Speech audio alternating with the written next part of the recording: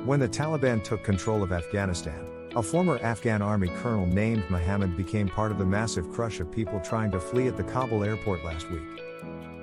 Mohammed and his family, a wife and 5 children, waited for hours to reach a Taliban checkpoint outside the airport. He presented identification documents that included his U.S. Social Security card and a Texas driver's license, both acquired during 2 training stints at Lackland Air Force Base in San Antonio, Texas, more than a decade ago. He hit a wall of hostility. The Taliban stopped everybody, including me, said Mohammed, who was being identified by only his first name to protect him from possible Taliban reprisals. When they saw American documents, they wanted to tear them all up. But my wife yelled at them. She didn't allow them to tear up the documents. The gutsy move by his wife saved the documents. But the Taliban ordered Mohammed and his family sit on the side of the street, which they did for hours. That evening, while they were still there, a suicide bomber detonated his explosives nearby, killing 13 American troops and more than 100 Afghans. Leaving Kabul, the bombing was the final straw in a series of events that convinced Mohammed that it was too risky to try to make it out through the Kabul airport. "We left Kabul because we can't live there.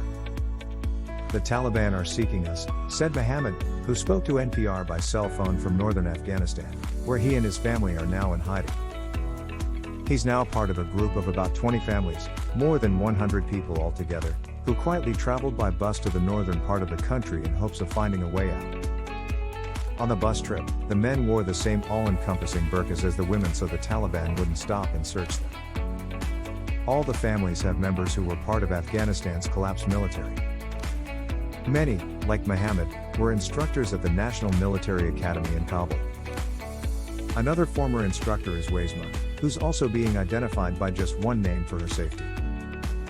She says the families are constantly changing locations. "One night we stay in one place, the next night we stay another place. It is so dangerous for us," Waisma said, also by cell phone. Many Afghans don't trust Taliban promises. Taliban leaders say the group won't punish Afghans who worked with the Americans, and are encouraging them to stay. The Taliban are also saying they won't prevent Afghans from leaving the country if they want to. But many Afghans don't believe the Taliban, and say the reality on the ground is proving far different from the statements by group leaders. Mohammed said the Taliban came for him at his home in Kabul recently, though he wasn't there at the time. "The Taliban entered my house looking for me," said Mohammed. "My children saw the Taliban, and they are really afraid of these bearded men." Mohammed's 5 children range in age from 3 to 15, he said.